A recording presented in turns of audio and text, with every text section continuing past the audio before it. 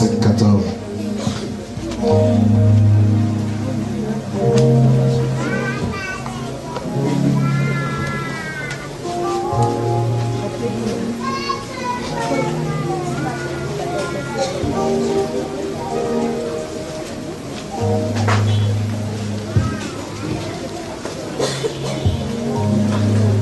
Est-ce qu'on peut le lire tous? 1, 2, 3. Recherchez la paix avec tous et la sanctification, sans laquelle personne ne verra le Seigneur. Qui sont ceux et celles qui veulent voir le Seigneur? Je pense que c'est tout le monde. Du moins, ceux qui sont de Dieu. L'auteur de l'épître aux Hébreux est clair. Recherchez la paix avec tous. C'est un ordre ici. Ce n'est pas un conseil, mais c'est un ordre que Dieu nous donne. Recherchez la paix avec tous. Et la sanctification. C'est-à-dire, rechercher la paix avec tous et rechercher la sanctification également. Sans la sanctification, personne ne verra le Seigneur. C'est-à-dire, personne ne verra le Seigneur présentement et aussi lors de l'enlèvement de l'Église. Et également, pendant l'éternité. C'est-à-dire que celui qui n'est pas dans la sanctification ne peut pas, n'est-ce pas, avoir accès à la vie éternelle. Parce que pendant l'éternité, nous verrons la face du Seigneur tout le temps. Amen. Voilà pourquoi l'ordre nous est donné ici. Suivez l'enseignement s'il vous plaît, ne vous laissez pas perturber. L'ordre est clair. Recherchez la paix. Donc ça veut dire que la paix et la sanctification, ces deux choses sont liées. La première personne avec laquelle nous devons faire la paix, c'est d'abord Dieu. Parce qu'on nous dit de rechercher la paix avec tous. Dans le tous là, il y a premièrement Dieu.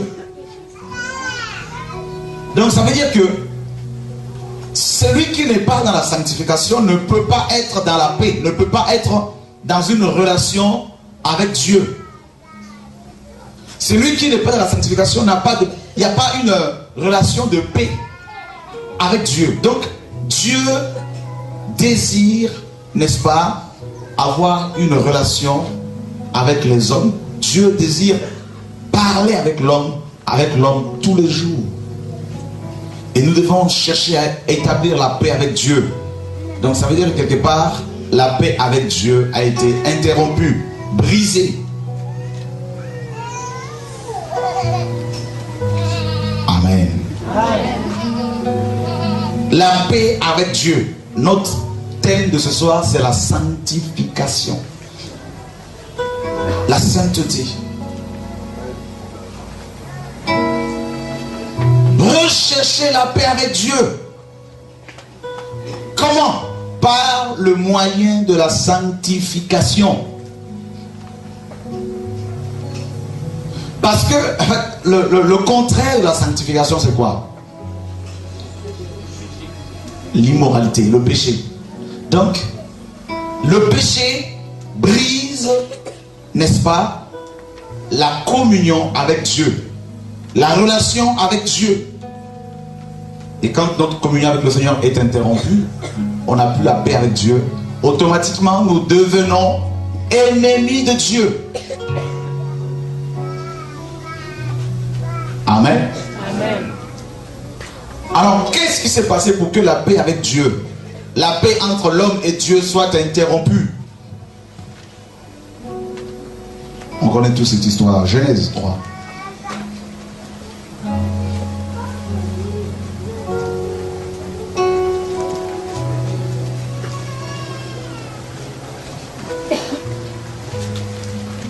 Verset 1er au verset 11. On va tous le lire.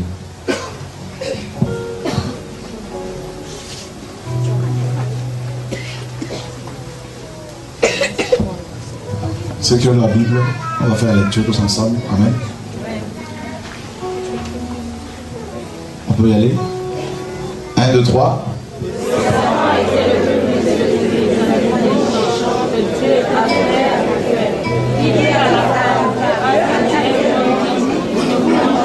De tous les arbres du jardin. La femme répondit au serpent, nous mangeons du fruit des arbres du jardin, mais quant au fruit de l'arbre qui est au milieu du jardin, Dieu l'a dit, vous n'en mangerez point et vous n'y toucherez point, fruit de peur de tout le pays. Alors le serpent dit à la femme, vous ne mourrez point, mais Dieu sait que le jour où vous en mangerez, vos yeux s'ouvriront et que vous serez comme des dieux, connaissant le bien et le mal, afin que l'arbre était bon à manger et agréable à la vue, et qu'il était précieux pour ouvrir l'intelligence. Elle prit de son fruit et en mangea. Elle en donna aussi à son mari qui était auprès d'elle, et il en mangea.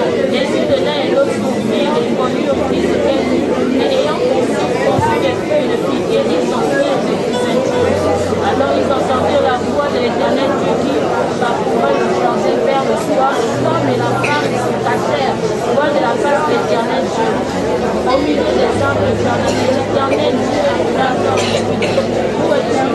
Il est venu. J'ai entendu la voix dans le jardin et j'ai eu peur, parce que et je me suis caché. Et l'Éternel Dieu dit, qui t'a appris tu es?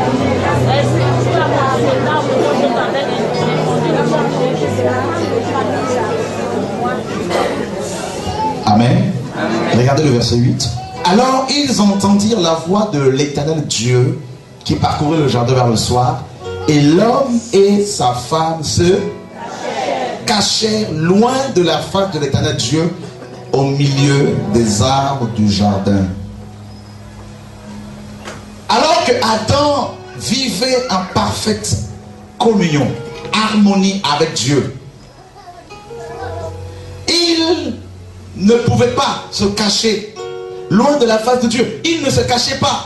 Tout le soir, Dieu venait parler à l'homme.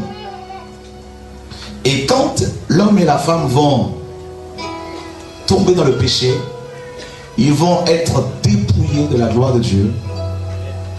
Et le soir arrive, Dieu les appelle. Ils ont entendu la voix de Dieu. Ils l'ont entendu. Mais par contre, ils n'avaient plus la paix dans leur cœur. Ils n'avaient plus la paix avec Dieu. Il n'y avait plus la paix. La paix était brisée. Parce qu'ils n'étaient plus, les deux, l'homme et la femme, dans la sanctification. Et la seule solution pour eux, pour ne pas être consumés par la gloire de Dieu, c'était de se cacher. Alors, le verset 9 nous dit, mais l'Éternel Dieu appela l'homme et lui dit, où es-tu? Tout comme Dieu pose la question à l'église du Gabon, où es-tu, femme? Parce que Dieu a vu que Adam n'était pas au lieu de rendez-vous habituel. Alors Dieu, cet homme, il savait bien évidemment que Adam avait chuté, mais il voulait que Adam s'exprime. Dieu lui dit, mais où es-tu, Adam? Tu n'es pas au lieu de rencontre. Et Adam va répondre, j'ai entendu ta voix dans le jardin et j'ai eu peur parce que je suis nu et je me suis caché. Voilà le premier sentiment que l'homme va connaître après la chute, c'est la peur. La peur de la mort, la peur du lendemain, la peur des autres, la peur du regard des autres, la peur de la maladie, la peur, le premier sentiment que l'homme a éprouvé. Alors qu'avant sa chute, l'homme n'avait pas peur de la voix de Dieu. Mais là, il a eu peur. Pourquoi? Parce qu'il était nu. Et il s'est caché. Alors Dieu lui dit, mais qui t'a appris que tu es nu? Et lorsque nous allons dans Exode chapitre 20,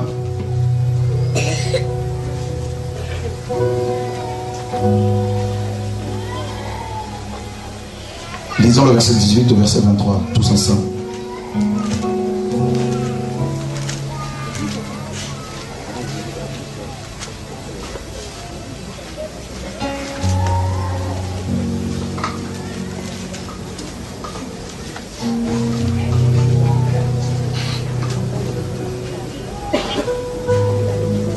On peut y aller. 1, 2, 3. Tout le peuple entendait les tonnerres et le son de la trompette. Il voyait les flammes de la montagne vivante. À ce spectacle, le peuple tremblait et se tenait dans l'éloignement. Ils dirent à Moïse, parle-nous toi-même, et nous t'écouterons, mais que Dieu ne nous parle point, de peur que nous ne mourions. Moïse dit au peuple, ne vous effrayez pas, car c'est pour vous mettre à l'épreuve que Dieu donne. Et c'est pour que vous ayez sa crainte devant les yeux, afin que vous ne péchiez point. Le peuple restait dans l'éloignement, mais Moïse s'approcha de la nuée où était Dieu. L'Éternel dit à Moïse, tu parleras ainsi aux enfants d'Israël. Amen. Regardez le verset 18, la partie B. À ce spectacle, le peuple tremblait et se tenait dans l'éloignement. Il dit à Moïse, parle toi-même et nous écouterons. Mais que Dieu ne nous parle point, de peur que nous ne mourions. Alors ceux qui ont eu la grâce d'entendre audiblement la voix du Seigneur, bon, des fois il parle doucement, mais en fait quand Dieu parle, vous verrez dans Apocalypse, la Bible nous dit que et dans le trône et autour du trône, il y a des coups de tonnerre, des tonnerres, des éclairs. En fait, quand Dieu parle, rappelez-vous dans Matthieu 17 sur la montagne de la transfiguration, lorsque Dieu a parlé, quelle a été la réaction des disciples? Ils sont prosternés face contre terre et ils ont eu peur. Parce que lorsque Dieu parle, et que quand Dieu parle, mon ami, tu ne peux pas tenir debout. C'est pire que la foudre. Il y a des coups de tonnerre. Quand Dieu parle, c'est comme des coups de tonnerre que vous ne pouvez pas entendre. C'est terrible. Et Adam était habitué à entendre cette puissante voix de Dieu. Parce qu'il était dans la sanctification. Il n'avait pas peur. Parce qu'il était recouvert de la gloire de Dieu. Il était habitué à la voix de Dieu. Mais voilà que quand la gloire va quitter sa vie, lorsque Dieu va parler dans Genèse là-bas, il va parler comme il a parlé en fait dans Exode 20 et également dans Matthieu 17. C'est des coups de tonnerre. Et là, Adam ne pouvait qu'avoir peur. Il a eu peur. Il se cachait. Parce qu'il n'avait plus la paix avec Dieu. La paix avec Dieu était cassée par le péché. La désobéissance. Alors vous comprenez pourquoi dans Hébreux 12, 14, le passage que nous avons lu au début, où on nous demande avec force de rechercher la paix avec tous et la sanctification, sans laquelle personne ne verra le Seigneur. Parce que si tu n'es pas dans la sanctification, tu vas te cacher. Quand Dieu va te parler, tu te cacheras. Alors voilà pourquoi on nous invite à la sainteté, nous qui voulons entendre constamment la voix de Dieu. Parce que, en fait, si tu n'es pas dans la sanctification, quand Dieu va te parler, toi-même tu vas fuir. Toi-même tu vas te cacher. Amen. Amen. Alors, je disais que seule la sanctification va rétablir ou établir la communion entre l'homme et Dieu. Entre Dieu et l'homme. Vous verrez que quand la gloire de Dieu descend quelque part,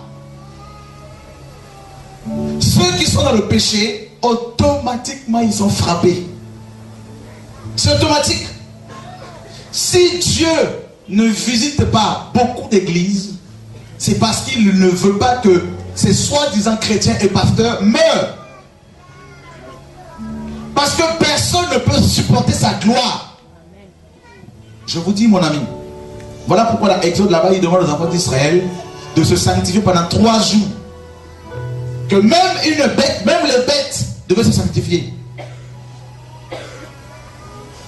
Rappelez-vous dans Ésaïe 6, lorsque Ésaïe va voir la gloire de Dieu, il va crier malheur à moi, car je suis un homme dont les lèvres sont impures et j'habite au milieu d'un peuple dont les lèvres sont...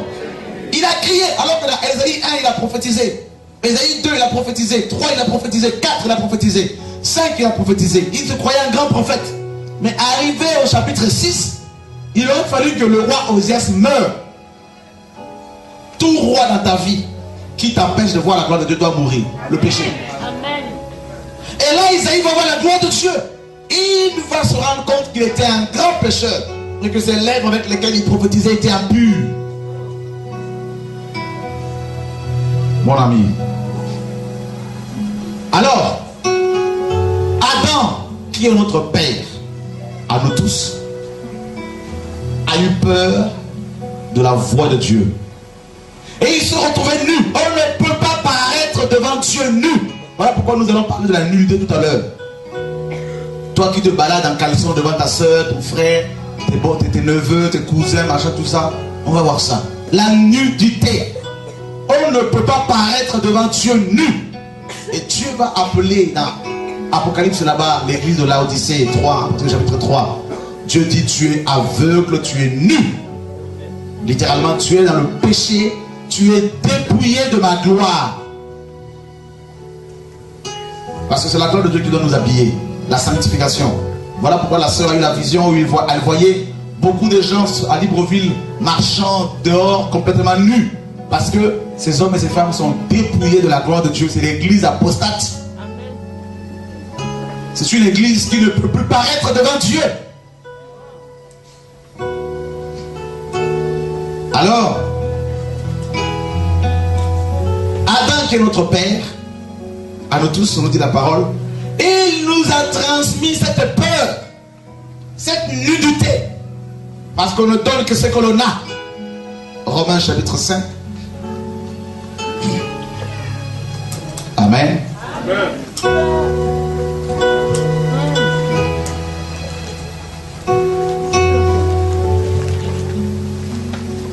Le verset 12, nous allons tous le lire.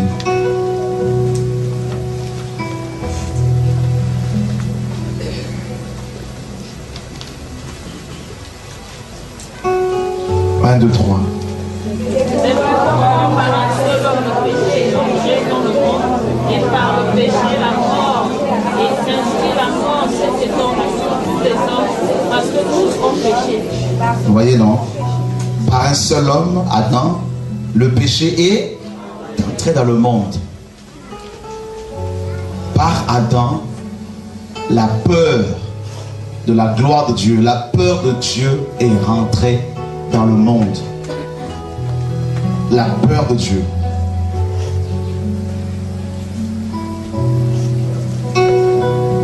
Par Adam, la nudité est rentrée. Les hommes se sont retrouvés nus. On ne donne que ce que l'on a. Adam a fui Dieu. Il s'est caché.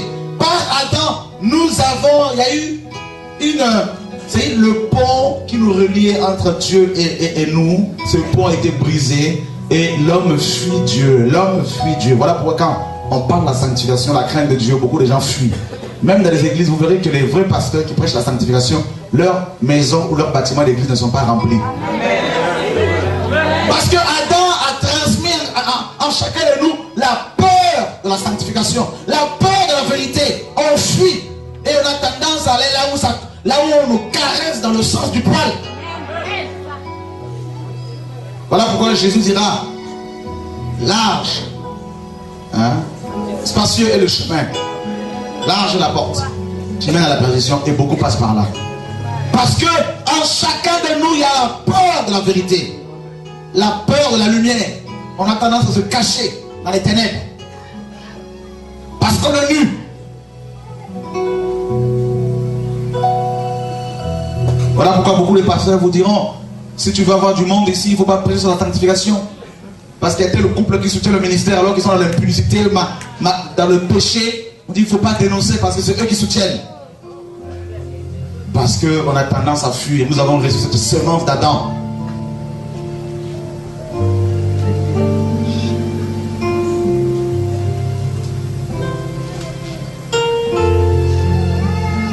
Amen. Amen.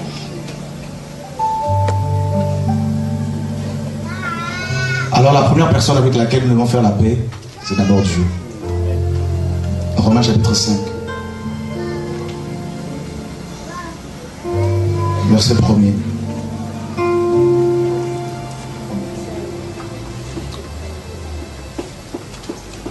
Au verset 2. 1, 2, 3.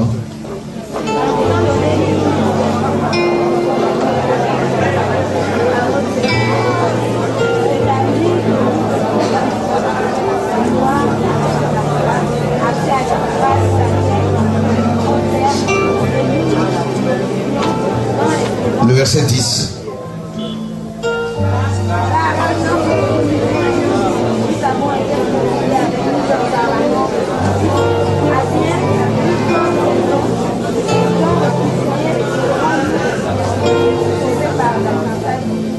Alors pour ceux qui notent, il y a 3 sortes de sanctification.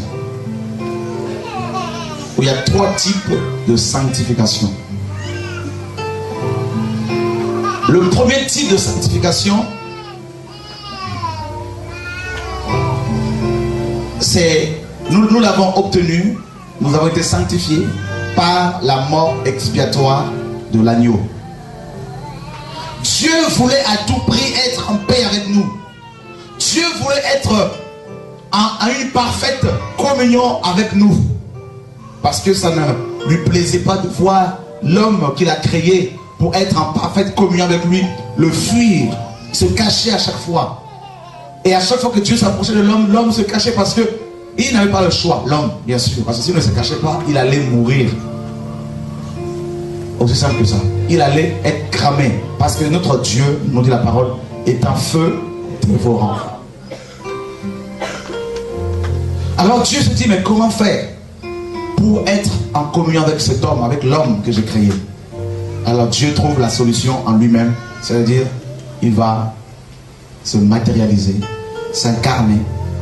Il va venir mourir sur la croix comme un homme mortel. Et Paul nous dit dans Romains 5 ici justement que, étant donc justifiés, nous avons donc la paix avec Dieu par notre Seigneur Jésus-Christ. Rechercher la paix avec tous. Donc nous voyons que la première personne avec laquelle nous devons établir la paix, rechercher la paix, c'est d'abord Dieu. La communion avec Dieu. Et par le sang de l'agneau, nous avons la paix avec Dieu. Justifier veut dire quoi? Justifier veut dire littéralement que nous sommes déclarés purs. Ça veut dire dès l'instant où quelqu'un donne toute sa vie à Jésus, prend la résolution de vivre pleinement dans la volonté de Dieu, le sang de Jésus le purifie et cette personne est déclarée juste. Ça veut dire que c'est comme si Dieu, en fait c'est comme si tu n'avais jamais péché. Dieu te regarde, Dieu te voit comme si tu n'avais jamais péché, comme si tu étais né parfait, sans défaut, comme Adam et Ève lorsqu'ils ont été créés. Tu as été justifié, déclaré pur, déclaré juste, innocenté. Les péchés de tes parents, le péché originel d'abord, le péché d'Adam et Ève, le péché de tes parents, tes propres péchés, dès l'instant où tu donnes ta vie à Christ, tout ton passé est complètement lavé, purifié, nettoyé par le sang de Jésus-Christ de Nazareth. Voilà pourquoi il est écrit, il n'y a plus de condamnation pour tous ceux qui sont en Jésus-Christ. Les liens familiaux, les liens ancestraux, le jour de la nouvelle naissance, tout ça c'est brisé par le sang de Jésus-Christ de Nazareth. Alléluia. Et la Bible nous dit justement dans Apocalypse chapitre 1er,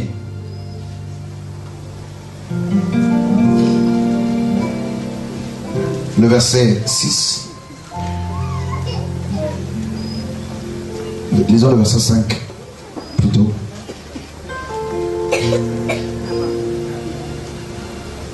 On peut y aller tous ensemble? Apocalypse 1, 5. 1, 2, 3. Et de la part de Jésus-Christ, le témoin fidèle, le premier-né des morts et le prince des rois de la terre, à celui qui nous aime, qui nous a de quoi? Par son sang. Le mot délivré ici, c'est louo en grec. Louo qui peut dire aussi laver. C'est le premier type de sanctification. Nous l'avons obtenu grâce au sang de l'agneau. Parce que lorsque l'homme a péché, les exigences de la justice du Seigneur ne pouvaient pas être satisfaites par le sang humain. Parce que le sang humain était contaminé par Adam et Ève. Il fallait un sang pur, comme vous le savez. Dieu a provisoirement utilisé le sang des animaux pour couvrir le péché provisoirement. Et quand Christ va arriver, il va mourir et tout son sang va être vidé, son corps va être vidé de son sang. Parce que Dieu avait besoin d'un sang pur pour pouvoir purifier les hommes afin que les hommes paraissent de nouveau devant sa face.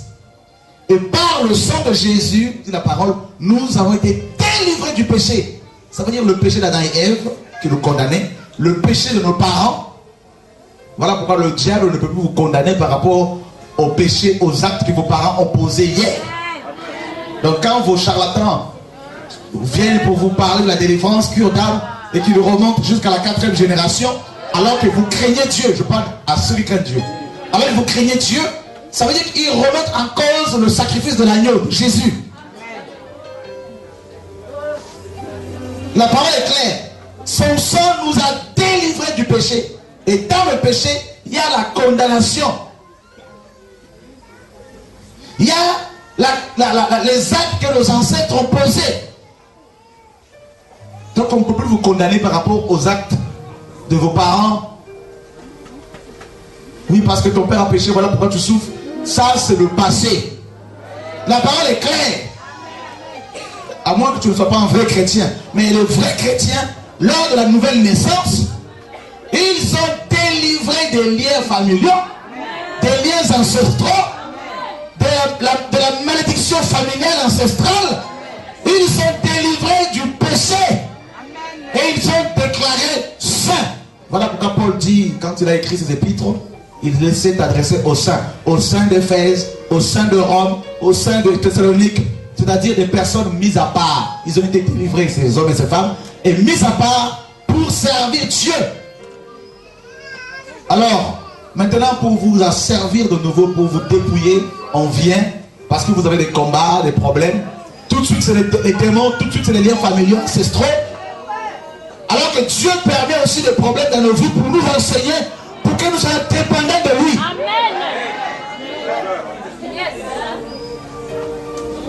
Alors que la Bible dit toute chose concourt au bien de ceux qui aiment Dieu. Alors tout de suite quand vous avez des problèmes, c'est le diable, les démons, les sorciers, les magiciens, machin, tout ça. Et on crée tout un tas de choses pour que vous dépendiez de ces hommes, pour que vous leur versiez de grosses sommes d'argent. Amen. Amen. Donc le sang de Jésus-Christ nous a procuré la première sanctification.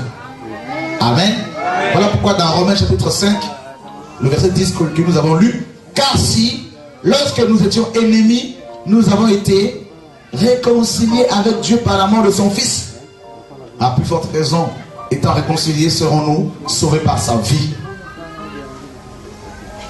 Il y a eu une réconciliation parce qu'il fallait qu'il y ait la paix entre nous et Dieu. Et personne ne pouvait pénétrer, personne ne pouvait accéder à cette sanctification, au premier type de sanctification, par ses propres moyens. C'était impossible. Nous étions tous condamnés. Et il est important qu'en tant que chrétien, que vous compreniez l'heure de la croix. Que sur la croix, Jésus nous a véritablement délivrés. Donc ça veut dire que si toi qui te dis chrétien, tu pratiques encore un péché, ça veut dire qu'il y a un problème. Voilà pourquoi Jean pouvait dire dans 1 Jean 3, il dit celui qui pratique le péché est... Parce que le sang de Jésus-Christ t'a délivré du péché. Alors comment toi qui te dis chrétien, qui est délivré du péché, tu vas encore être soumis au péché? il y a un problème. Alors voilà pourquoi nous disons que nous avons beaucoup plus de religieux dans nos bâtiments d'église que des chrétiens. Parce que les religieux ne sont pas délivrés du péché. Mais les véritables disciples de Jésus, le jour de la conversion, ils sont délivrés du péché. Donc comme si tu es délivré de quelqu'un, la personne en question ne peut plus te dominer. Avant, le péché nous dominait. Mais en Christ, on est délivré. Tu peux parler en langue, tu peux prophétiser, mon ami, et être religieux. Amen.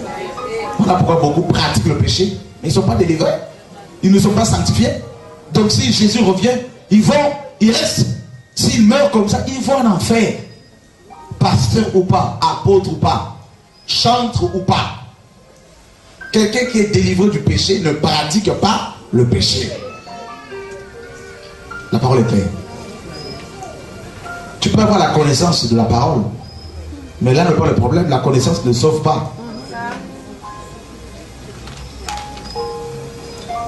C'est le premier type de sanctification.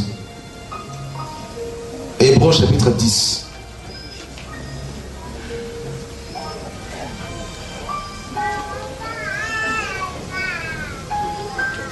Nous allons lire le verset 14.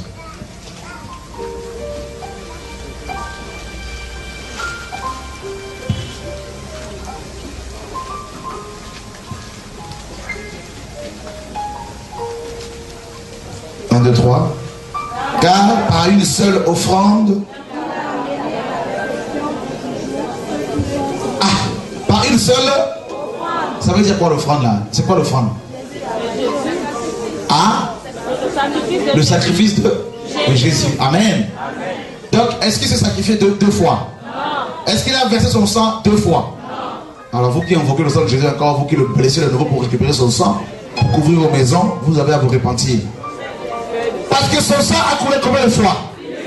Il y a eu combien d'offrandes là? Une seule offrande. Nous avons à nous repentir. Vous blessez encore Jésus, vous prenez son sang pour couvrir vos maisons, vos voitures, vos chaussures. Alors que le sang égale la vie. Vous le faites saigner toujours, à chaque fois.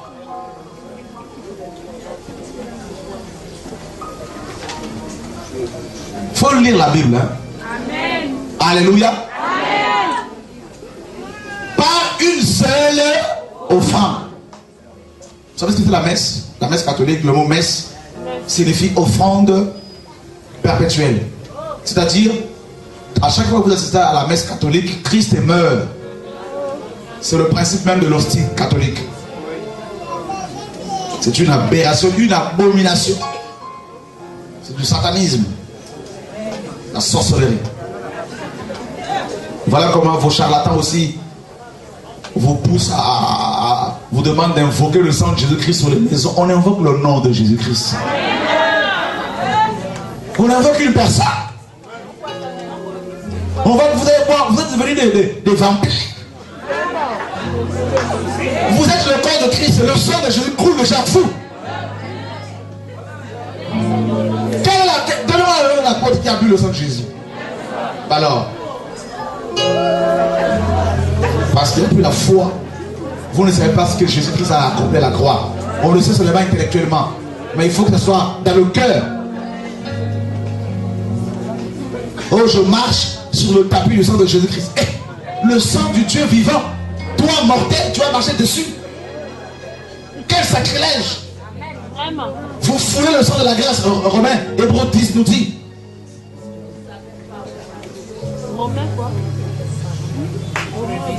On a à se repentir. Par une seule offrande. Il a amené pour toujours ceux qui sont à la sanctification, à la perfection. Ça veut dire que Christ, en mourant sur la croix, il nous a obtenu, il a obtenu pour nous la perfection.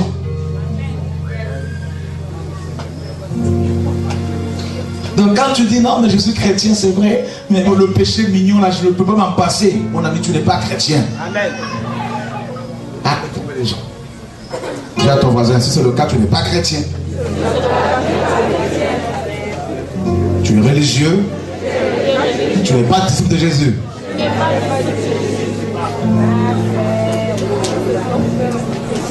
Vous croyez que Dieu va envoyer son fils mourir comme un animal, verser tout son sang à la croix pour que nous demeurions encore dans le péché? Hein? Oh non, c'est difficile, j'ai du mal, tout ça c'est difficile. Regardez, quelqu'un qui est sanctifié par le sang de Jésus-Christ, à la conversion, Dieu te voit saint. Tu es saint. Dis à ton voisin, tu es saint. Ce n'est pas les saints catholiques qui sont tous blancs. Sainte Marie, elle est blanche. Saint Joseph, il est blanc. Saint machin, il est blanc. Saint machin, il est blanc. Les Chinois sont où? Les machins sont... Dis à ton voisin, c'est de la bêtise. Les saints dont parle la Bible, ils étaient vivants. Aux saints qui sont à Hope. D'ailleurs, on les appelait saints. Plus saints que chrétiens. Nous avons à revenir à la parole. On va s'appeler de plus en plus saints. Je vais visiter l'assemblée des saints de Gabon, de Libreville. Voilà. Amen. Le langage biblique. Parce qu'ils étaient mis à part par le sang de Jésus. Et celui qui est sanctifié par le sang de Jésus ne peut plus avoir peur de la voix de Dieu. Parce qu'il est réconcilié avec Dieu. La réconciliation. Nous devenons automatiquement par Jésus-Christ enfants de Dieu. Alors un enfant n'a pas peur de la voix de son père. Voilà. Amen. Amen. Ça c'est le premier type de sanctification. Si tu n'as pas connu ce premier type de sanctification, le deuxième là, c'est même pas la peine. Tu ne peux jamais y arriver. Parce que le deuxième, c'est ce que toi-même tu dois avoir. Toi-même tu dois le faire. Tu dois l'appliquer, tu dois le vivre. Il y en a, ils essayent de craindre Dieu, de se passer des hommes et des femmes, mais ils ne sont pas convertis, ils sont religieux. Voilà pourquoi tu chutes toujours dans le même péché. Parce que tu n'es pas converti. Seul le sang de Jésus-Christ te donnera la force de marcher dans la sanctification.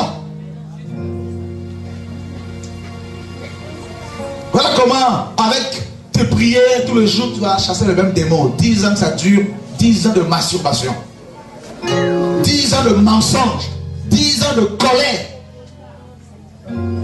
10 ans d'hypocrisie, de cupidité, 10 ans où tu lèves la main sur ta femme, 10 ans d'amour de l'argent. Tu veux t'en passer, tu cries à Dieu, je ne veux plus ce péché, je ne comprends pas. Mais quelque part, peut-être que tu as connu une conversion intellectuelle, mais pas du cœur. Amen. Amen. Amen. Amen. Le deuxième type de sanctification, c'est la sanctification de tous les jours. De tous les jours. Ça, c'est notre part.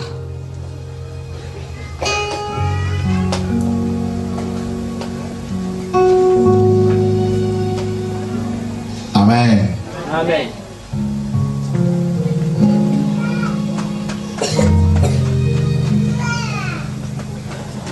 Apocalypse. Chapitre 22. Nous allons lire le verset 11.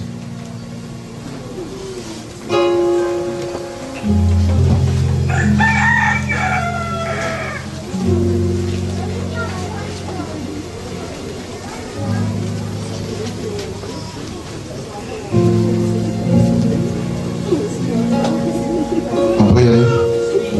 1, 2, 3. Celui qui est juste soit encore injuste, que celui qui est souillé se souille encore, et que celui qui est juste pratique encore la justice, et que celui qui est saint se sanctifie encore. Ah, que celui qui est saint. Donc que celui qui est saint, c'est-à-dire la première sainteté ici, le premier mot saint se réfère au premier type de sanctification que nous avons obtenu par le sang de Jésus. Nous avons été mis à part. Mais il ne faut pas s'arrêter là. Il y a un travail que tu dois faire chaque jour jusqu'à ta mort. Tu dois te conserver dans cette sanctification. Donc tu es sanctifié premièrement. Et deuxièmement, tu dois te sanctifier. Que celui qui est sanctifié, c'est-à-dire mis à part, se sanctifie encore. Que celui qui est juste, c'est-à-dire justifié par le sang de Jésus, se justifie encore. C'est tous les jours, mon ami, parce que la mort peut t'attraper à n'importe quel moment. Pose-toi la question, si tu meurs là, tu iras où? Toi seul connais ta vie, tu connais ton cœur mieux que personne. Mais si tu meurs là, toi qui remets toujours au lendemain, Amen. les choses que tu dois faire maintenant. Amen. Voilà pourquoi, tout le jour, nous devons nous sanctifier. Paul dira, je traite durement mon corps, je le tiens assujetti. Parce que nous pouvons nous souiller. Il dit que celui qui est souillé se souille encore.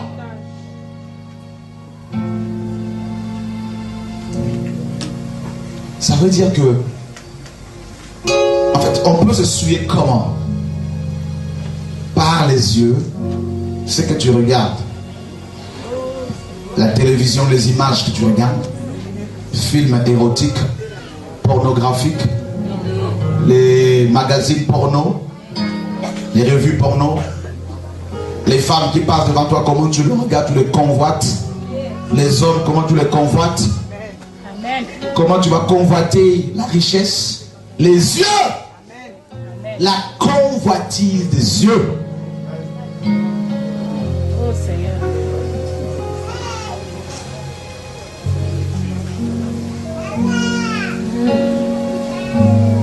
Alléluia. 1 Jean, chapitre 2, verset 15 à 16. On peut même on peut aller jusqu'au verset 17. On va tous le lire.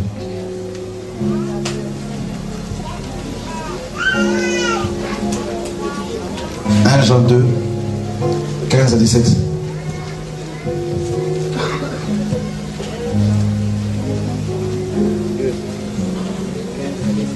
1, 2, 3. N'aimez point le monde, ni les choses qui sont dans le monde. Si quelqu'un aime le monde, l'amour du Père n'est point en lui. Car tout ce qui est dans le monde, la convoitise de la chair, la convoitise des yeux, et l'orgueil de la vie, n'est rien point du Père, mais rien du monde. Et le monde passe et sa convoitise aussi. Mais celui qui fait la volonté de Dieu demeure éternellement. Amen. N'aimez pas quoi? Le monde, ni les choses qui sont. Celui qui aime le monde n'a pas l'amour de Dieu en lui. Et dans le monde, il y a quoi? La convoitise des yeux. Amen. La chair, les yeux et l'orgueil de la vie. Comment est-ce que Ève était tombée dans le péché? Par la convoitise des yeux. La Bible dit que la femme vit que l'arbre était bon à manger. Elle a vu. Et pourtant, à chaque fois que Ève passait devant cet arbre-là, elle le voyait, mais elle ne le convoitait pas. Mais quand Satan est arrivé, il a eu un dialogue avec elle. Il lui a montré le fruit de cet arbre autrement. Et Ève a vu que le fruit était agréable, bon à manger, agréable à la vue. Mais ce qu'elle ne savait pas, c'est que derrière cette beauté factice, il y avait un venin mortel qui allait détruire sa communion avec Dieu, détruire sa vie spirituelle, même sa vie éternelle. Malheureusement, elle est tombée dans le piège. Dans la convoitise des yeux, tu vas voir la beauté d'un homme, la beauté d'une femme, mon ami. Voilà pourquoi vous les femmes, habillez-vous correctement. Arrêtez avec les vêtements serrés, les hauts serrés. Les hommes y compris. Parce que derrière cette beauté, il y a la mort. Il y a un venin qui s'appelle la mort. Un venin qui s'appelle le sida. Un venin qui te ronge à petit feu, mon ami. Tu as l'impression que tu vas te faire du plaisir. Mais derrière ce plaisir de 5 minutes, Il y a le venin, la mort. Amen. Tu peux attraper une maladie si tu veux transmissible, mais tu peux attraper plus grave encore. La maladie, tu vas l'attraper, toute la maladie spirituelle, la destruction de ta vie spirituelle, la communion avec Dieu. Amen. En parlant du sexe. Amen. Mais l'Ecclésiaste nous dit que la chair n'est jamais satisfaite. La convoitise a détruit beaucoup de communes, beaucoup de personnes, beaucoup de vies. Les yeux, mon ami, les yeux. On peut s'en servir pour voir la gloire de Dieu. On peut aussi s'en servir pour se détruire. Pour faire partir la gloire de Dieu. Parce que l'ennemi n'a pas changé sa stratégie. Il va venir avec des pensées impures. Regarde cette femme. Regarde cet homme. Regarde-le. Regarde-la. Les pensées vont descendre au niveau de ton cœur. Et comme Jean nous dit, tu vas concevoir le mal. Tu vas d'abord concevoir par la convoitise. Et tu vas enfanter. Et tu vas enfanter quoi? La mort. Tu peux convoiter les femmes d'autrui. Tu peux convoiter comme Samson. Convoiter l'argent. L'amour de l'argent. Tu peux convoiter les maisons. La maison d'autrui. La voiture d'autrui. Tu peux convoiter beaucoup de choses. La convoitise. Oh frère, je voudrais avoir des chaussures comme toi. Je voudrais avoir la convoitise doit t'amener à la compromission. Parce que tu veux avoir à tout prix ce que l'autre a. L'envie. Amen.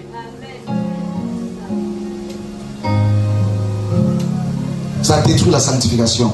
Et s'il n'y a pas la sanctification, il n'y a plus la communion avec Dieu. Et si on n'a plus la communion avec Dieu, on a la communion avec les démons. Comme Paul dit, je ne veux pas que vous soyez en communion avec les démons.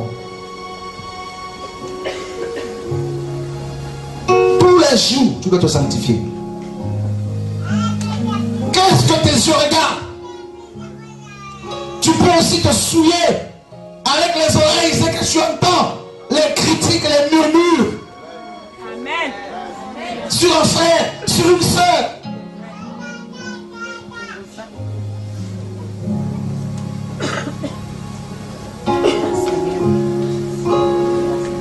Tu vas tellement entendre des choses mauvaises sur les frères que tu vas te souiller. Tu vas commencer à les juger en fonction de ce que tu as entendu. Et non en fonction de ce que Dieu t'a dit.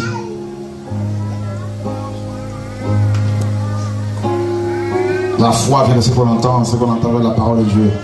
L'incrédulité vient de ce qu'on entend aussi. Ce qu'on entend vient de la parole des hommes. Des soupçons. Tu vas t'asseoir pour critiquer. Tu vas prendre ton téléphone, tu appelles pour critiquer, condamner. Tu te soules les oreilles et l'esprit est éteint, étouffé.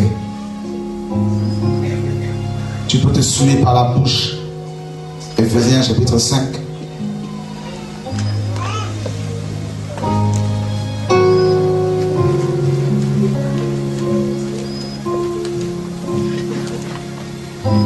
Verset 3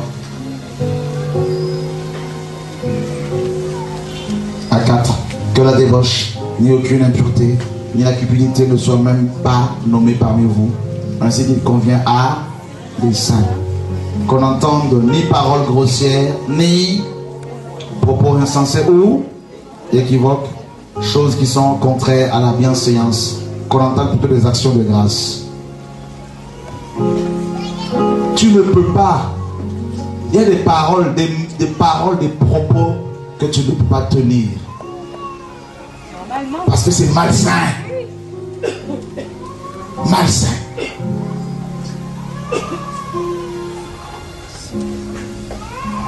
Tu te mets à injurier les gens avec des propos malsains. Quand tu te mets en colère, quels sont les propos que tu sors? Après tu te réponds, pardonne-moi, pardonne-moi. Mais tu vas insulter les gens avec des gros mots. Ça tue ta communion avec Dieu, mon ami. Et après on va chercher l'imposition de main. L'imposition de main des pasteurs, des apôtres, des prophètes. Mais c'est toi-même souvent qui va être la cause de ton malheur. Ce n'est pas les autres, ce n'est pas Dieu. Ce n'est même pas Satan. Parce que Satan ne peut pas toucher un enfant de Dieu qui craint le Seigneur. Quand tu te mets en colère, tu ne te contrôles plus. Les paroles qui sont de ton cœur, la Bible dit c'est de l'abondance de cœur que la bouche parle. Quand tu te mets en colère, ma soeur, tu es incontrôlable. Ton mari ne peut plus te supporter, te fuit. Tes parents, tu es incontrôlable, mon frère. Les paroles que tu sors, tu ne mesures même pas. Et c'est des conséquences sur conséquences. Quand tu es en colère, tu es comme un volcan. Et voilà l'assemblée, on est là en train d'acclamer. Amen, le Seigneur, gloire à Dieu. De la même bouche, la langue, un petit membre. Mais ça peut embraser toute une forêt. La langue.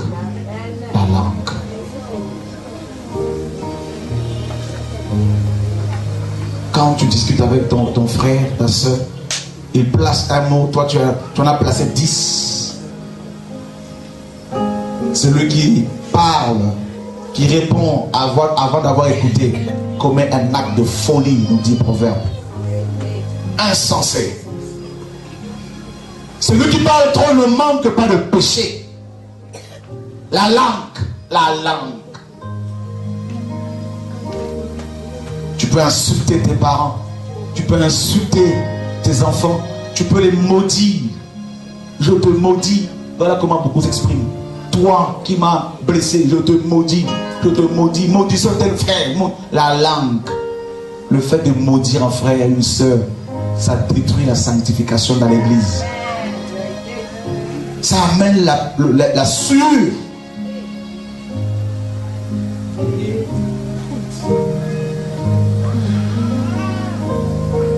Au travail, quand les clients viennent te voir, tu es au bureau, tu parles mal aux gens. Toi qui te dis chrétienne, tu es à l'administration, tu réponds mal aux gens, visage fermé. Ça tue la sanctification en toi, ma soeur. Ça détruit ta communion avec Dieu. La langue. Tu es policier, tu parles mal aux gens. Ça détruit ta communion avec Dieu, toi chrétien.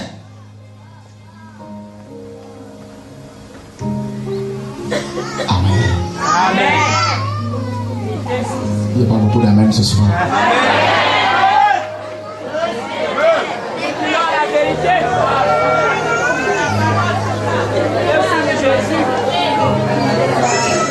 Tu insultes l'étranger. Dieu dit honore l'étranger dans ton pays pour que tu sois béni. Parce que toi-même aussi tu es étranger sur la terre.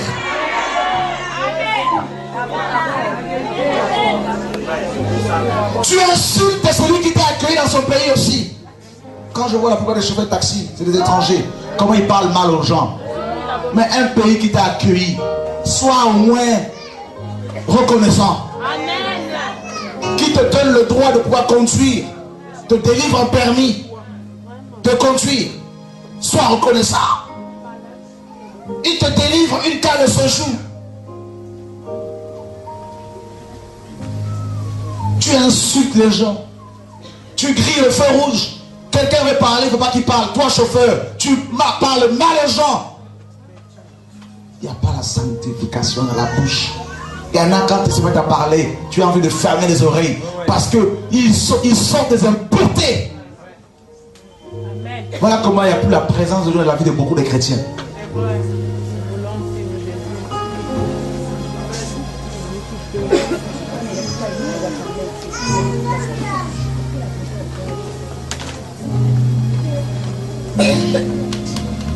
Alléluia. Amen. Même si tu me détestes. Sans la sanctification. Voilà, on vous a dit oui, offrande du prophète, tu verras le Seigneur. C'est faux.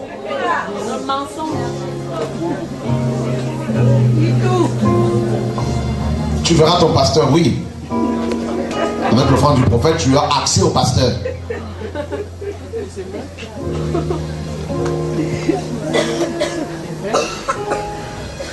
Avec l'orgueil de la vie, ta chair, tu peux te souiller les vêtements que tu portes, toi, enfant de Dieu. Jeans serrés, toutes tes formes sont dehors. Parce que tu es civilisé. Dehors serré, on voit tes formes. Ça pousse les gens à te regarder. Alors que la Bible dit que la femme doit s'habiller décemment, une tenue décente. Tu mets des slim.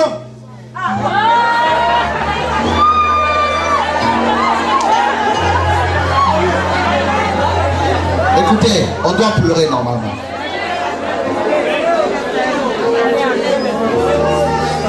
Ventre en l'air, parce que c'est la la liberté. Il fait chaud.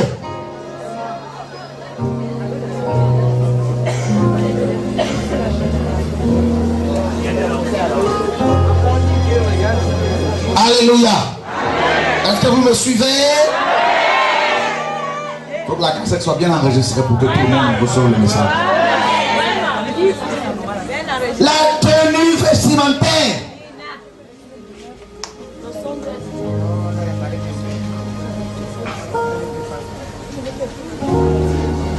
Amen.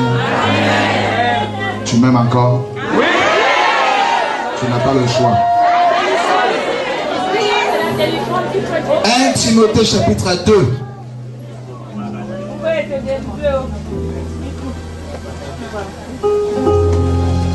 Verset 9 à 10. Nous allons tous le lire.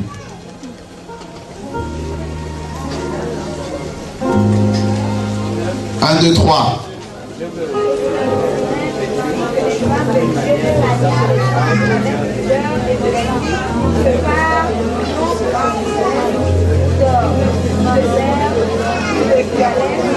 Je veux que les femmes veux-tu de quelle manière?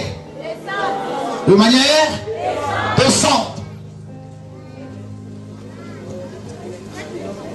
Tout ce qui est extravagance, vous pouvez porter de l'or, c'est pas interdit, mais c'est l'extravagance. Quand vous commencez à vous mettre des maquillages, je ne sais pas comment, à outrance, vous devenez superficiel. Des cheveux de toutes les couleurs.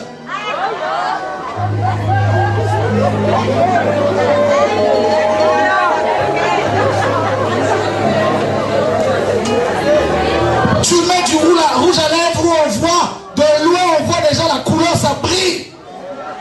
Tu peux en mettre, mais la sagesse. Tu fais une décoration, tu n'es plus naturel, mais tu es artificiel. Tout ça parce que tu veux séduire. Tu veux plaire.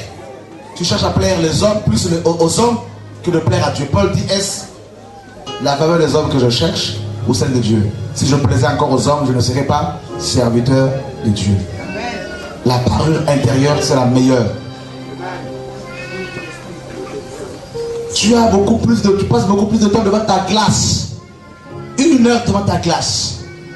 Et 5 minutes devant Dieu. Tout ça parce que tu veux plaire un frère. Ou aussi une sœur. Amen. Il y a des chrétiennes, soi-disant, quand vous le voyez passer, là, vous fermez les yeux. Quand elles sont habillées, elles mettent des hauts légers. Quand elles se baissent, tu fermes les yeux. Amen. Dis à ton voisin, Babylone.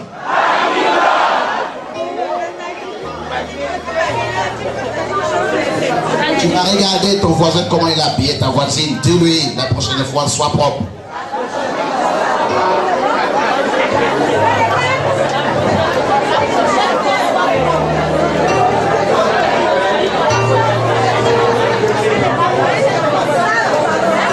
Alléluia. Vous connaissez la vérité. Notre père Adam s'est retrouvé comment? Nous. Voilà comment vous aimez aussi. On aime aussi, les hommes aiment aussi la nudité. Tu aimes la nudité. L'homme aime la nudité.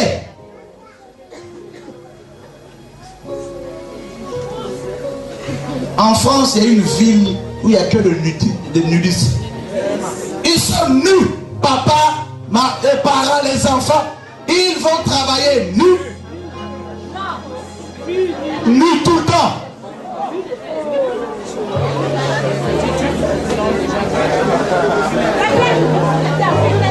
Alors, écoutez s'il vous plaît. Allons, alléluia. Sans la sanctification. Lévitique 18. Rappelez-vous bien que dans la loi que Dieu a donnée à Moïse, il y avait 3 sortes.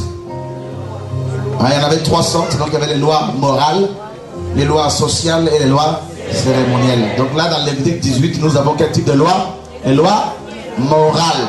Amen.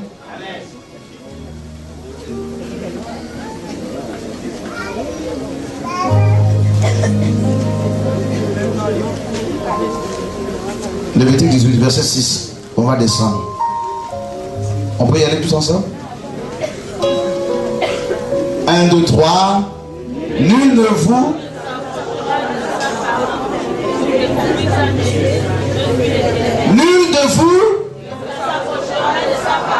pour découvrir je suis. Verset 7.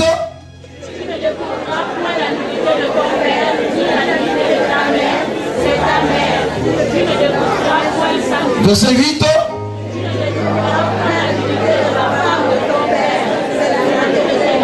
Verset 9.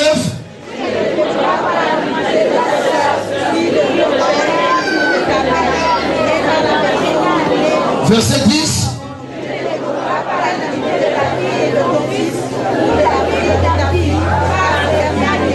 Verset 11.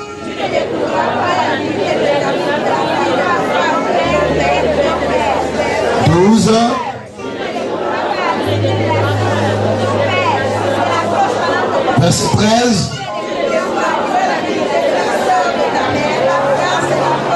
Verset 14.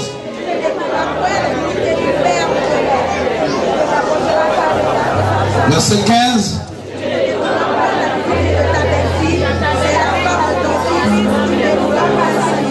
La suite.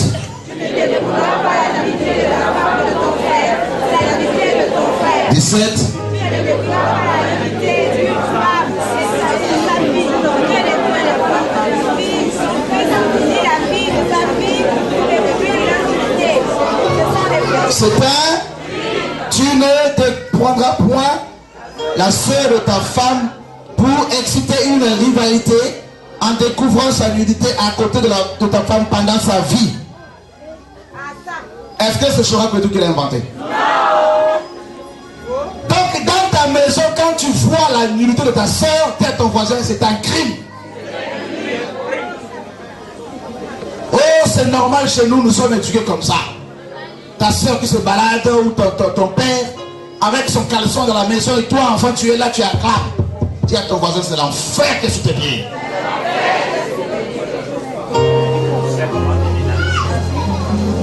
C'est comme ça que l'inceste pénètre dans la famille.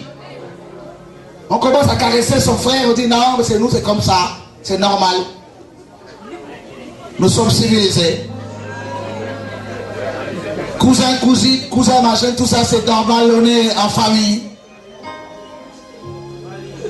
Qui sont ceux qui vont aller au ciel?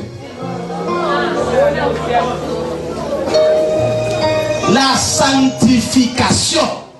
Oh, nous avons une piscine, c'est pas un problème devant les parents. Maillot de bain, 2 pièces, tout ça, mon ami. C'est un crime. Après vous allez commencer à vous toucher, machin, tout ça, on dit c'est normal. Mon peuple est détruit parce qu'il lui manque quoi? La connaissance. Je vais pas prendre une douche avec le fils. Mais c'est quoi ça?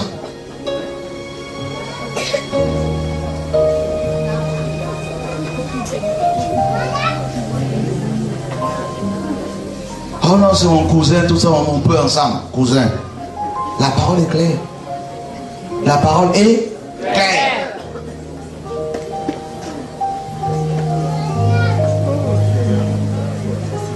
Maintenant, si ton père, comme tout à l'heure on a posé la question, si un parent, ton papa tombe malade et que tu vis seul avec lui, si tu es un homme, tu peux l'aider, c'est pas un problème. Si c'est une femme, toi femme, tu peux l'aider. Amen. C'est pas un problème, si tu ne peux pas prendre quelqu'un d'autre pour l'aider. Mais là, vous êtes en santé, en bonne santé. Tu vas te balader nu pratiquement devant dans la famille, dans la maison. Mais vous invitez les démons d'inceste.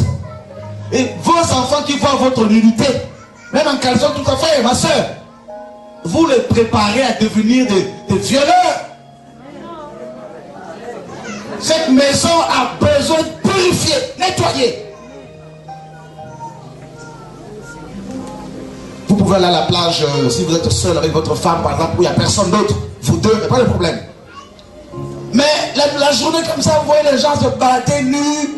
On dit non, on est civilisé, mon ami. Il n'y a pas de problème.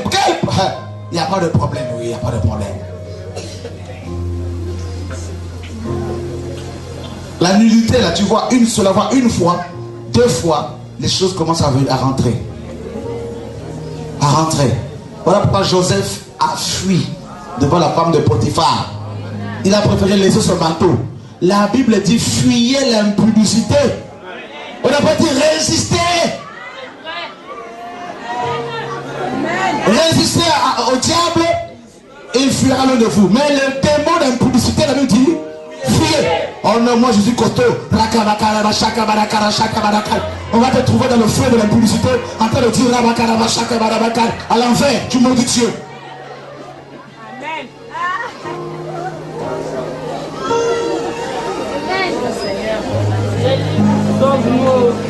Tu vas parler au passé, hein? Quand j'étais, Dieu me parlait. Quand j'étais, tu es où? Adam. Quand j'étais, c'est le passé. Mais présentement, tu es où?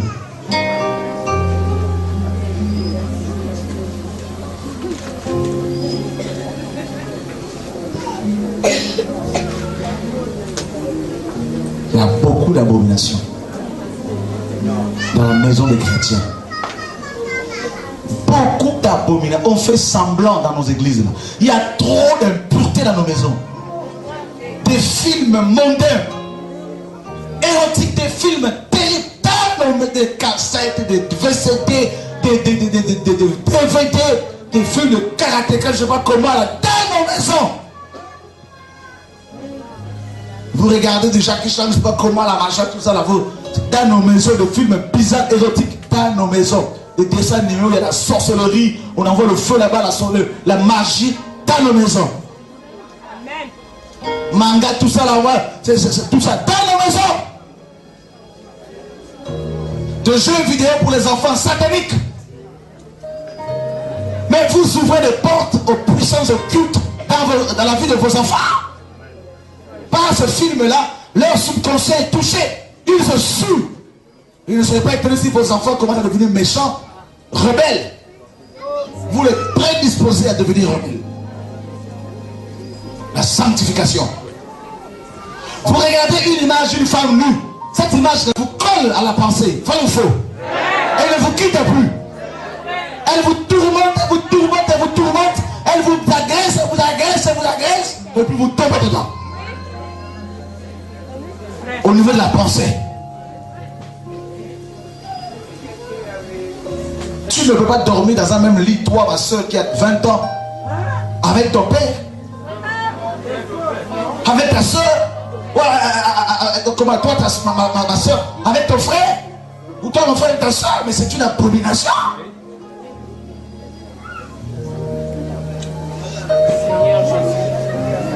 De qui se moque-t-on? Sans la sanctification. J'espère que vous voulez voir Dieu au Gabon, non? Ce qui fait revenir, la chose qui fait revenir le Seigneur dans une nation, c'est la sanctification.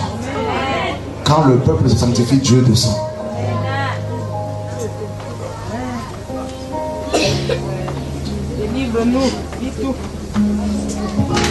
Le fait d'aller voir des gangas, consulter l'initiation, ça te saoule.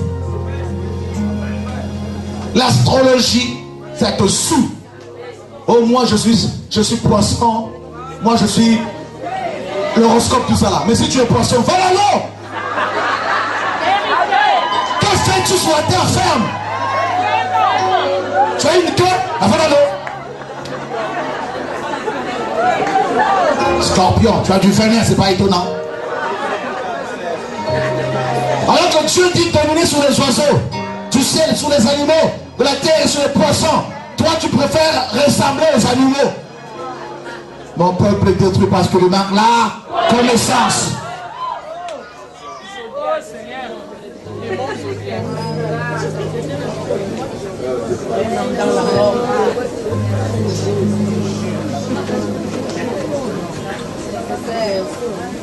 Alléluia.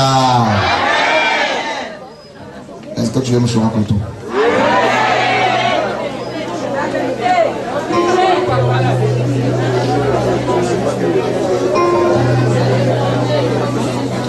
De Lévitique 18, verset 19. Tu ne t'approcheras point d'une femme pendant son impureté menstruelle pour découvrir sa nudité. Oh non, c'est pas un problème. Non, c'est un problème. Tu n'auras pas commerce avec la femme de ton prochain pour te suivre avec elle. Tu ne livreras aucun de tes enfants pour le sacrifier à Moloch. Et tu ne profaneras point le nom de Dieu. Je suis l'Éternel. Tu ne coucheras point avec un homme comme vous couchez avec une femme. Le mot sexualité, c'est quoi? C'est une abomination. Tu ne coucheras pas avec une bête pour te suer. La zoophilie. Amen.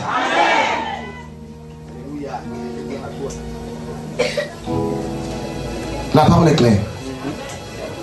La parole est claire. 1 Thessaloniciens chapitre 4.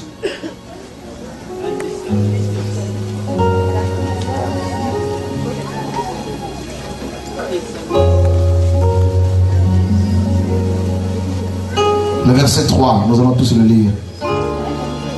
Au verset 8.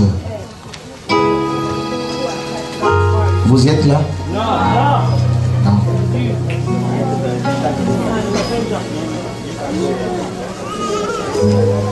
1 Thessaloniciens 4, 3 à 8. Yeah. Yeah. Yeah. Yeah.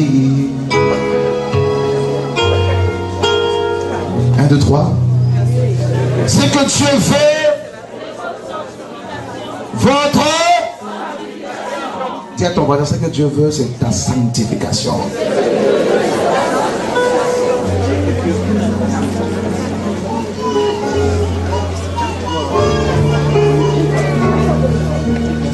Waouh, c'est écrit, non? Continuons. C'est que vous vous absteniez de l'impudicité de la débauche. Et regardez le verset 4, 1, 2, 3.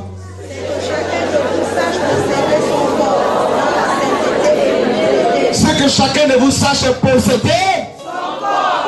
Dans quoi? Et l'honnêteté. Regarde. On nous a souvent parlé de la possession démoniaque. Oui, mon corps est possédé, je suis possédé. Mais là maintenant, toi-même, tu dois te posséder. C'est ce que Paul nous dit. En gros, tu dois être maître de toi-même. Tu dois posséder tes pensées, c'est-à-dire gérer tes pensées. Tu ne peux pas empêcher un oiseau de passer par-dessus ta tête, mais tu peux l'empêcher de faire un nid sur ta tête. Ça veut dire que tu ne peux pas empêcher les mauvaises pensées de venir vers toi. Mais tu peux empêcher ces pensées de s'asseoir. Tu dois posséder tes pensées, ton cœur. Tes jambes ne doivent pas te conduire chez la femme d'autrui.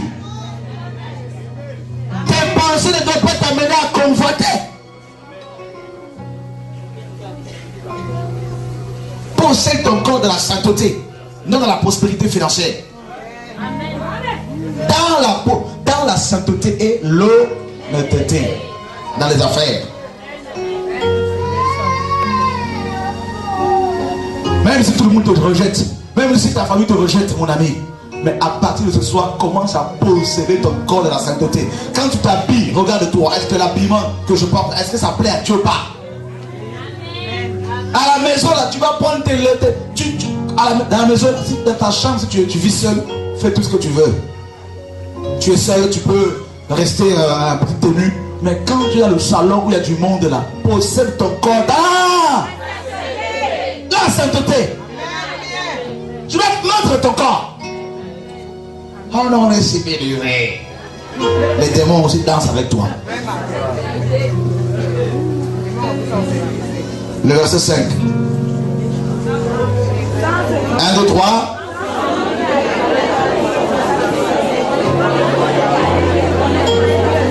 Verset 6.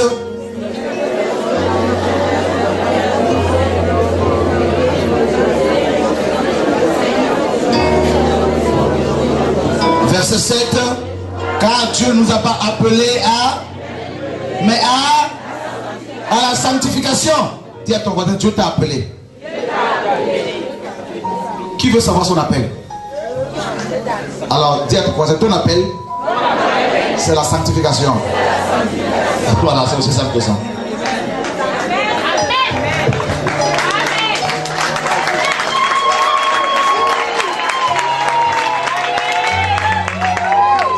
On m'a dit que j'ai un appel puissant. Oui, mon ami, tu as un appel puissant, mais l'appel à la sainteté.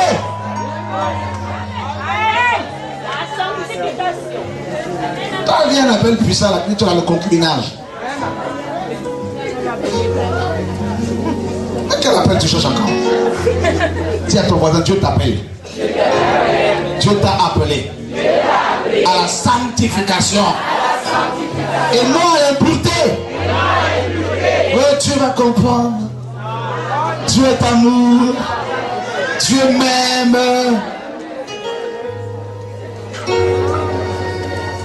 C'est pas un problème si tu donnes ta dîme, tu vas au ciel. Si tu ne donnes pas, tu vas en enfer. C'est pas un problème. Pêche, fais tout ce que tu veux, mais apporte-moi l'argent. Dieu nous a appelés à la sanctification. La sanctification, c'est un mode de vie. Il t'appelle à cette sanctification. Le deuxième type de sanctification, tu dois être dedans tous les jours. Amen. Tu vois un homme passer, une femme d'autrui, tu vas même faire un accident. Mais le dimanche, alléluia, tu es le premier à danser après ta dîme. Tout ça, c'est la religion. Tu peux tromper tout le monde, mais Dieu, lui, tu ne peux pas le tromper. Alors le message de la sanctification n'est plus tellement prêché dans les assemblées. Parce que justement, beaucoup ne veulent pas voir Dieu. Sans la sanctification, oh mon petit copain, mais Dieu ne veut pas te donner un petit copain, il veut te donner un copain complet, le mari.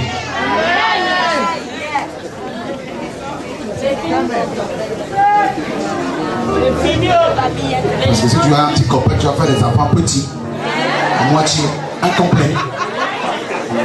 Tu as ton voisin, marie-toi.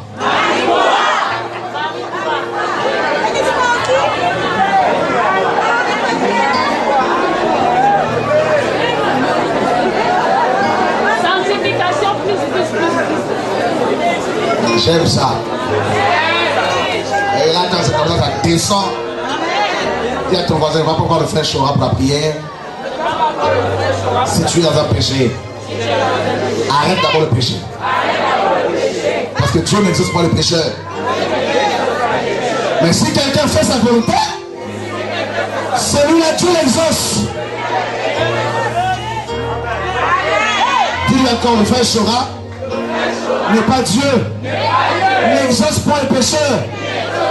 C'est Dieu qui exauce. Règle d'abord ta vie. Voilà.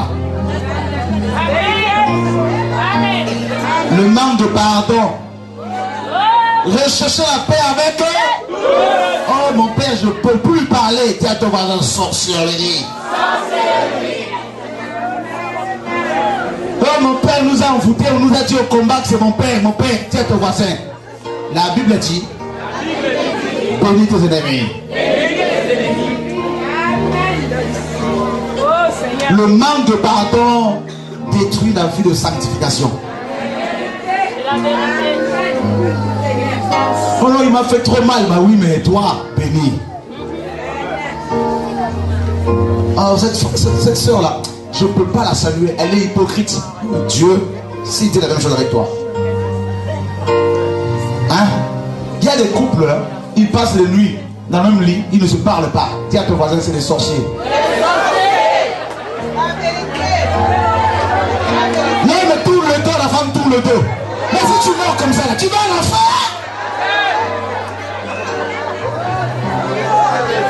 Il y a des mamans qui tombent sous l'onction, mais elles ne parlent pas leur belle fille. Elles ont ici l'onction. Quelle onction, mon ami? C'est ton voisin sorcier.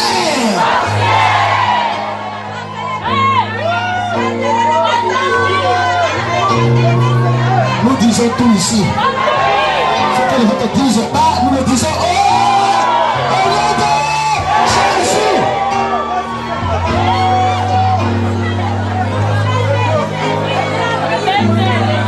On vous a trop caressé la face du poil. On vous a conduit à l'enfer. Mais Jésus est arrivé. Il est en train de vous arracher de l'enfer, mon ami. Vous connaissez la vérité, vous vous franchirez.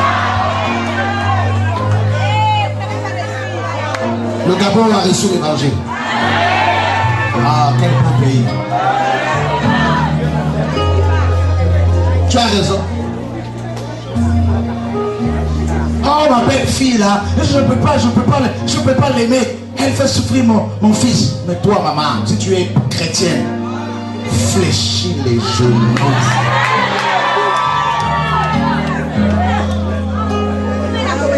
Pour la belle fille, oh là, ma belle-mère est une sorcière. Oh.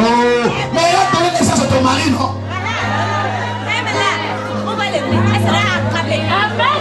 Si elle est sorcière, alors ton mari aussi est sorcière. Parce que les chats donnent naissance aux chats.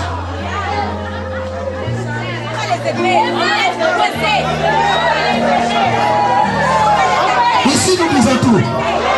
Parce que l'évangile que nous prêchons, c'est l'évangile de la réconciliation. Ça réconcilie les familles, mon ami. Ça restaure le foyer, la famille, la nation. Au nom de Jésus.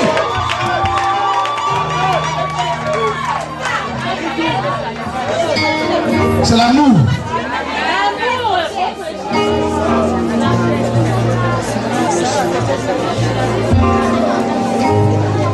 Alléluia. La gloutonnerie. Tu es là quand tu manges, même à 3h du matin dans le frigo. Yaourt, yogourt, chocolat, coca, jus d'orange, jus de fruits, je sais pas quoi. Bla bla bla bla. Sur la table, quand on sert les gens, t'as ton assiette et une montagne dessus. Tu te sers, c'est comme si tu étais seul. C'est comme s'il y avait la guerre, c'est comme s'il y avait une guerre qui arrivait. Vous allez manger comme un sbillard. Tiens ton voisin, imputé.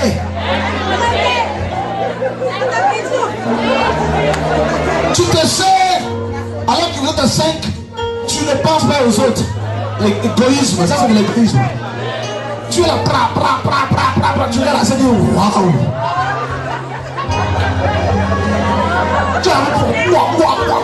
Il y a 5 maniocs.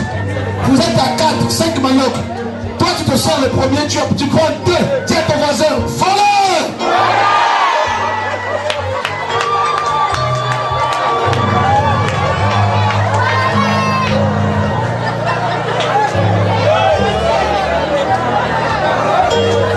Dis à ton voisin, ce n'est pas Shoah qui le dit. C'est la Bible qui le dit. Galates chapitre 5.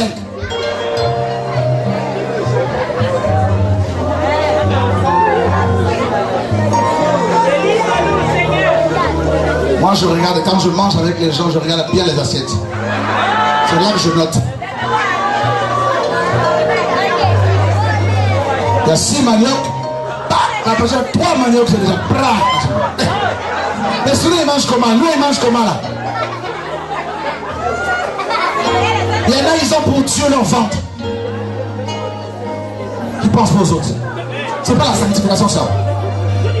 Vous croyez que c'est seulement par rapport aux femmes? Galates chapitre 5.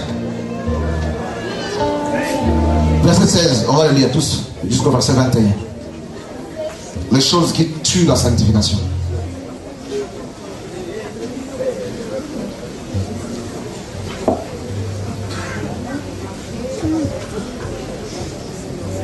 Un, 2, 3, Galates 5, 16 à 21. 1, 2, 3. Je t'aime donc, marchez selon l'esprit, et vous n'accomplirez pas les désirs de la chair. Car la chair a des désirs contraires à l'esprit, et les avantages de contraire à ceux de la chair. Ils sont opposés entre eux, afin que vous ne fassiez moins ce que vous. Si vous êtes conduits par l'esprit, Verset 19. Or, ce sont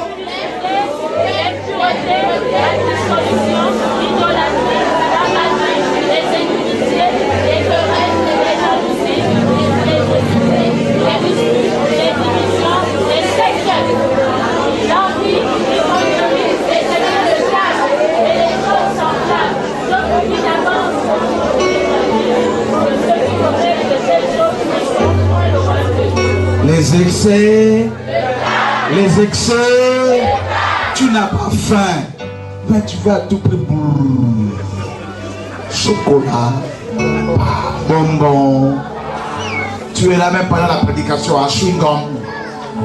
Il faut que tu mâches quelque chose.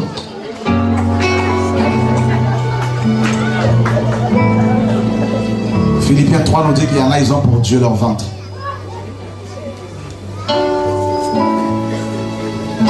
À 1h du matin, tu te réveilles. Direction cuisine. Tu entends seulement là. Après, tu as mal au ventre. Et la nuit, songe. Je dirais rêve. Te voilà le dimanche matin. Pasteur, j'ai une vision.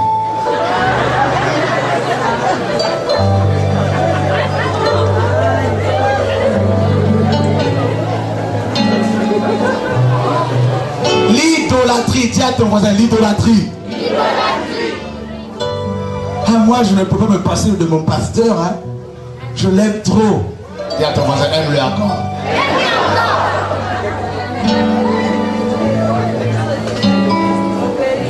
Regarde. Oh, mon mari, je ne peux pas me passer de lui. Alors que Dieu, tu peux t'en passer. Si tu as du mal à te passer de qui que ce soit ou de quoi que ce soit, alors que tu peux facilement te passer de la lecture de la parole et de la prière, ça veut dire que tu es idolâtre. L'idolâtre est celui qui est attaché fermement à son idole et il a du mal à s'en passer. La télévision peut devenir une idole. Tu vas passer plus de temps devant la télévision que devant Dieu. La télé est devenue une idole. Amen. Tu as du mal à te passer de ta femme. Quand tu ne la vois pas pendant 1 heure, tu es mal. Alors que tu peux ne pas prier, méditer la parole, ta femme est devenue une idole, ou ton mari, ou tes enfants, ou tes parents. Tu as du mal à te passer de ta soeur, te séparer pendant quelque temps. Mon frère, tu es devenu une idole, idolâtre. Et l'idolâtre, ou l'idole répond aux exigences de son idolâtre, de son adorateur.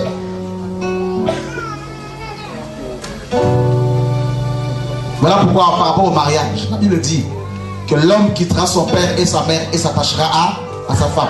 Ça veut dire que beaucoup de gens, ils voudraient bien se marier, ou ils sont mariés, mais ils sont encore idolâtres des parents. Ils ont du mal à se passer. La Bible dit, il faut qu'il y ait un détachement, que tu sois en mesure, que tu sois capable de subvenir à tes propres besoins et aux besoins de ton foyer.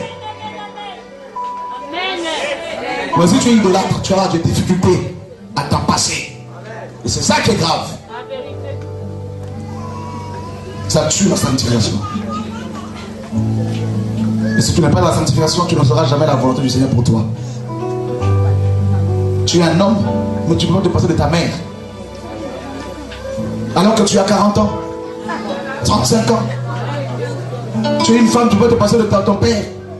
Mais il faut que tu t'en passes pour que tu sois attaché à ton mari maintenant.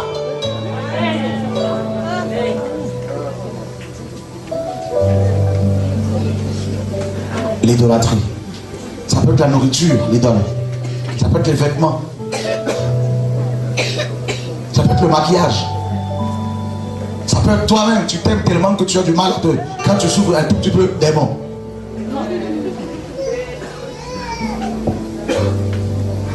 Ça peut être aussi les envies. Les besoins que vous connaissez. Non, je ne les citerai pas ici. Pour les mariés. Tu as du mal à t'en passer, tu deviens rouge. Tu fais la tête à ta femme, tu ne peux plus parler. Il y a ton voisin, sorceleur.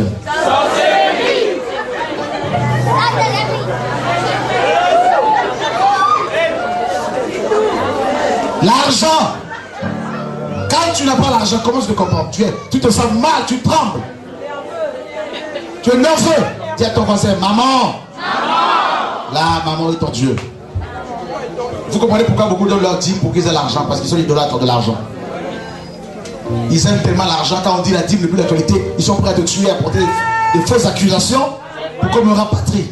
Mais malheureusement, c'est la confusion. Je suis plus Gabonais que eux-mêmes là. Ah oui? Je vous dis, bientôt là, je veux être gabonisé.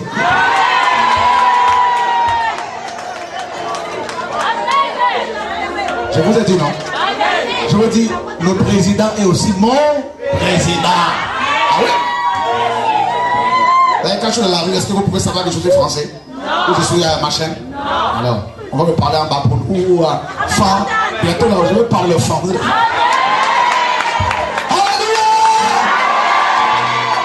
Laissez-moi vous dire une parenthèse. Il y a les Batékés ici, non? Hein? Est-ce que vous savez qui je suis? Il y a les Batékés aussi qui chassent. Ah oui? En passant, frère, nous sommes un seul peuple, mon ami. Alors dis à ton voisin, je vois que tu es Gabonais. Vous allez vous fatiguer de moi. Je ferme la parenthèse. Tu n'es pas d'accord?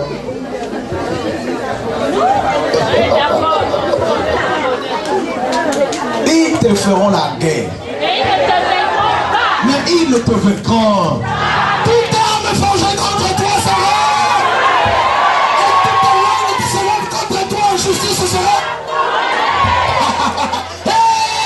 Nous sommes les inattaquables, mon ami. Inattaquables. Plus tu m'attaques, plus je deviens dangereux. Plein d'actions, plein de messages, plein de feux.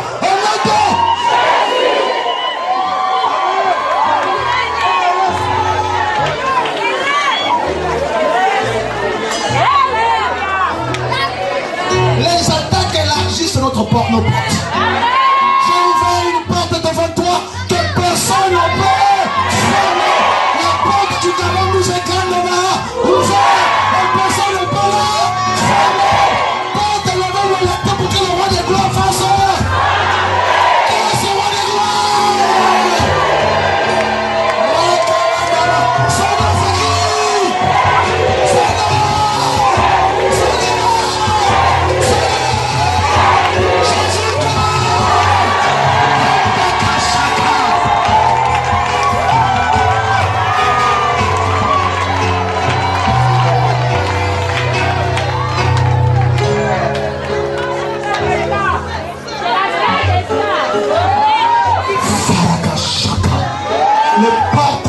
Les portes s'ouvrent, le père du Gabon s'ouvre, et le roi de gloire est en train de venir au Gabon.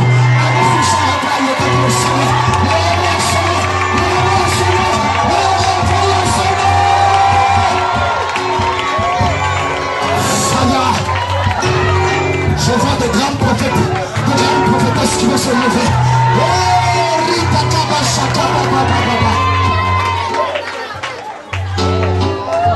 Sans trembler, la justice. Sans trembler, fort,